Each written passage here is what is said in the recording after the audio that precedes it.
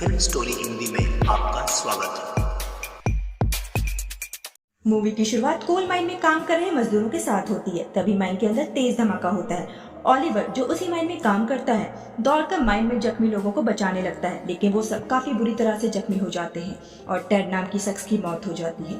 अगले सीन एक पार्टी का होता है जहाँ एक खूबसूरत लड़की की तरफ सभी लोग काफी अट्रैक्ट हो रहे हैं। तभी एक आदमी आकर उससे बात करने लगता है। इस आदमी का नाम है मिस्टर क्लिफोर्ड चैटरली और लड़की का नाम है कॉन्स्टेंस। क्लिफोर्ड काफी अमीर है और उसका कोल माइन का बिजनेस है और साथ ही साथ वो एक सोल्जर भी है।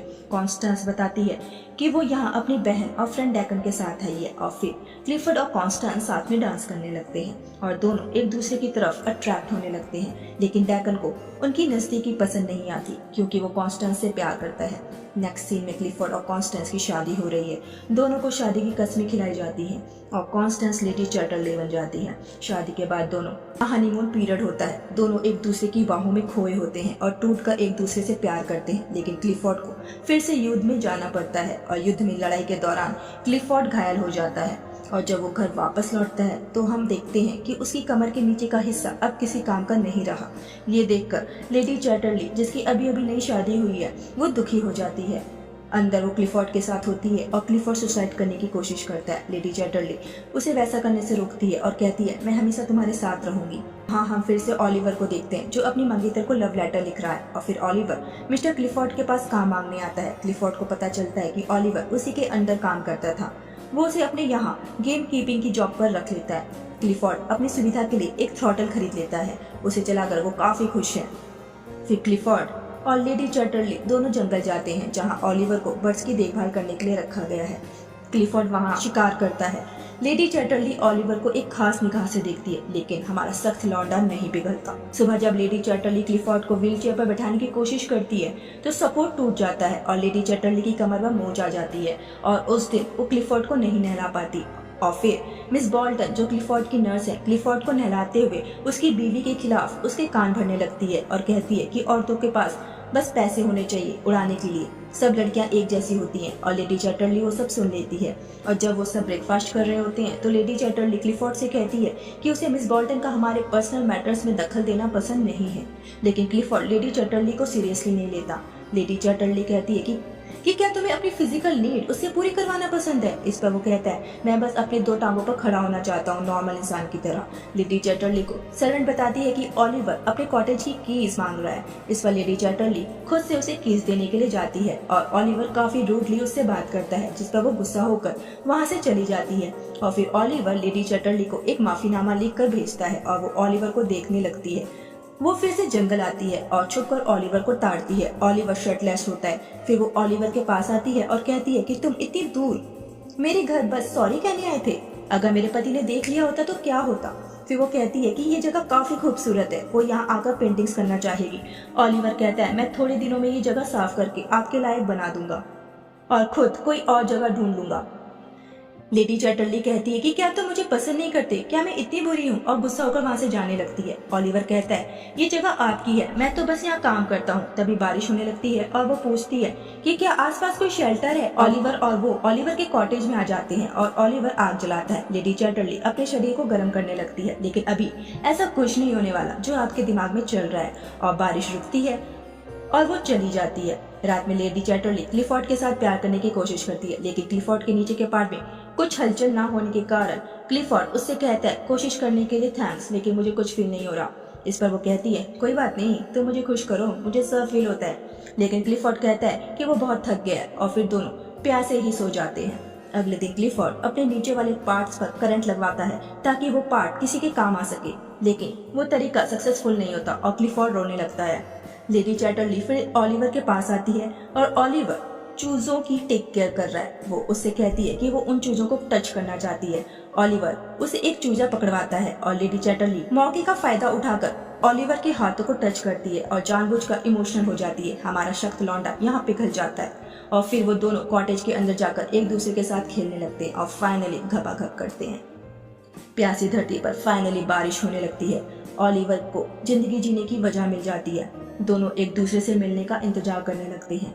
लेडी चैटरली मिस बोल्टन से पूछती है कि तुम्हारे पति की डेथ कैसे हुई। दरअसल ये नर्स उसी टेड की वाइफ होती है जो मूवी की शुरुआत में कोल माइन के अंदर धमाके की वजह से मर गया था। रात के समय जब काफी बारिश हो रही है, लेडी चैटरली को ओलिवर की याद आ रही है। वो फिर से ओलिवर के पास आती है और दोनों एक दूसरे के प्यार में खो जाते हैं। अगले दिन वो क्लिफोर्ड से अपनी बहन के घर इटली जाने की इजाजत मांगती है। क्लिफोर्ड मान जाता है। वहां जाकर वो अपनी बहन को अपने लवर ओलिवर के बारे में बताती है, लेकिन जब उसकी बहन को ये पता चलता है कि वो एक गेम कीपर है तो उसे लगता है कि उसकी बहन मजाक कर रही है। वापस आकर क्लिफोर्ड के घर पर पार्टी चल रही है और वहाँ लेडी चैटरली का फ्रेंड डेकन भी आया है। वो उन दोनों को साथ देखता है। वो दोनों साथ में डांस कर रहे होते हैं। डेकन लेडी चैटरली से कहता है कि तुमसे तो कोई भी पड़ जाता, फिर तुमने क्लिफोर्ड को क्यों चूज किया। वो कहती है कि मैं जलन हो रही है कि मैंने तुमसे नहीं क्लिफोर्ड से शादी की। डेकन कहता है कि तुम्हें उसके साथ रहने की कोई जरूरत नहीं है, वो अब तुम्हारे किसी काम का नहीं बचा। अगले दिन लेडी चैटरली अपने सर्वेंट से ब्रेकफास्ट तैयार करने को कहती है क्योंकि डेकन को ट्रेन पकड़नी है। क्लिफोर्ड उससे पूछता है कि क्या तुम्हारे लिए तुम्हारे पति से ज्यादा एक बच्चा पैदा करना इम्पोर्टेंट है। दरअसल लेडी चैटरली एक बच्चा चाहती है और क्लिफोर्ड को लगता है शायद इसीलिए वो डेकन से फ्लर्ट कर रही है। वो गुस्सा हो जाती है, लेकिन क्लिफोर्ड कहता है कि उसे फर्क नहीं पड़ता कि वो किसके साथ इंटीमेट होती है, लेकिन वो बच्चा उनका होना चाहिए। लेडी चैटरली को काफी गुस्सा आता है। क्लिफोर्ड कहता है कि वो अपनी कमर के ऊपर के हिस्से के सहारे चल पा रहा है। वो कुछ करने के काबिल नहीं है और जो काम मैं नहीं कर सकता वो कोई और करे, इससे मुझे कोई प्रॉब्लम नहीं है। इन सब बातों से चिढ़कर वो फिर से ओलिवर के पास चली जाती है और दोनों काफी सेड्यूसिंग बातें करते हैं जो शायद एक्सप्लेन कर पाना मुश्किल है। दरअसल वो दोनों एक दूसरे की बॉडी पार्ट्स की तारीफ करते हैं और फिर दोनों घपाघप करते हैं। तभी ओलिवर को ऐसा लगता है कि बाहर कोई है। लेडी चैटरली कहती है अंदर आ जाओ। ओलिवर पूछता है तुम दिन रात मेरे साथ यहाँ होती हो, किसी को तुम पर शक नहीं होता। वो कहती है नहीं। ओलिवर कहता है कि इतने बड़े खानदान की लड़की घर पर नहीं है और किसी को खबर नहीं, ऐसा हो ही नहीं सकता। वहाँ अब लेडी चैटरली प्रेग्नेंट हो चुकी है और वो ये न्यूज क्लिफोर्ड को देती है और क्लिफोर्ड को ये लगता है कि जब वो इटली अपनी बहन के पास गई थी तब वो ये कांड करके आई है।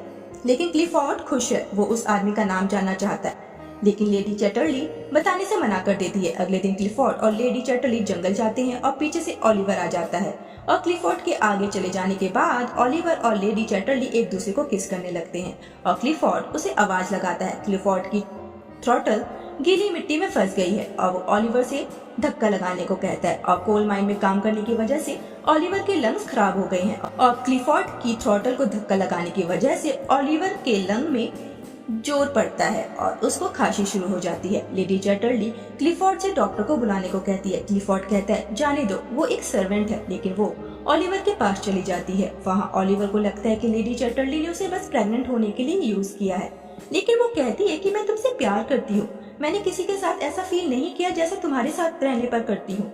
इस पर ओलिवर कहता है कि तुम लोगों के बाद अब मुझे तुम्हारे होने वाले बच्चे का भी नौकर बन के रहना पड़ेगा। लेडी चैटरली कहती है कि वो ये सब उन दोनों के लिए कर रही है, लेकिन ओलिवर काफी गुस्से में है और कहता है कि 12 साल तक उसने उन लोगों की कोल माइन में काम करके अपने लंग्स खराब कर लिए और फिर उसे ठंड में फ्रांस भेज दिया गया युद्ध करने के लिए।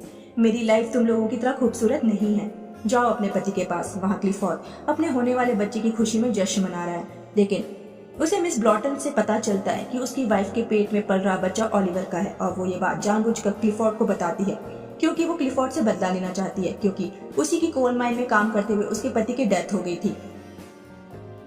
क्लिफोर्ड और लेडी चैटरली के बीच टेंशन हो जाती है। वो मिस बेल्टन से पूछती है कि तुम्हें किसने बताया कि मेरा और ओलिवर का चक्कर चल रहा है। मिस बेल्टन कहती है कि उसे कुछ बताने की जरूरत नहीं है, तुमने अपनी जरूरतें पूरी की और मेरी लाइफ की अलग जरूरतें थी, मैं बस क्लिफोर्ड से बदला लेना चाहती थी। लेडी चैटरली को लगता है कि उसे ये सब ओलिवर ने बताया था, लेकिन मिस बेल्टन कहती है कि वो तुम्हारे अगेंस्ट मरते दम तक कुछ नहीं कहेगा। लेडी चैटरली रोने लगती है। मिसेस बेल्टन को अपनी गलती का एहसास होता है। लेडी चैटरली कहती है कि वो ओलिवर से बहुत प्यार करती है। मिस बेल्टन कहती है ओह माय गॉड, ये मैंने क्या कर दिया, आप जल्दी से ओलिवर के पास जाओ वरना आपका पति उसे जिंदा नहीं छोड़ेगा। वो भागकर ओलिवर के कॉटेज में आती है और ओलिवर को वहां ना पाकर रोने लगती है, लेकिन तभी वहां ओलिवर आ जाता है और दोनों एक दूसरे को प्यार करने लगते हैं। वापस जाकर वो क्लिफोर्ड से उसे तलाक देने को कहती है, लेकिन क्लिफोर्ड मना कर देता है और वो ओलिवर को बुलाने को कहता है। वहाँ उसके और ओलिवर के बीच माउथ टू माउथ फाइट होने लगती है और दोनों क्लिफोर्ड को वहीं छोड़कर चले जाते हैं और क्लिफोर्ड उन्हें देखता रह जाता है। लेकिन इस मूवी की जो रियल एंडिंग जो नॉवल में लिखी हुई है वो ये है कि लेडी चैटरली और ओलिवर ने एक दूसरे से शादी नहीं की थी, क्योंकि उन दोनों को उनकी हस्बैंड और वाइफ ने डिवोर्स देने से मना कर दिया था। वो दोनों साथ में रहते थे लेकिन उन दोनों के बीच में कभी शादी नहीं हुई।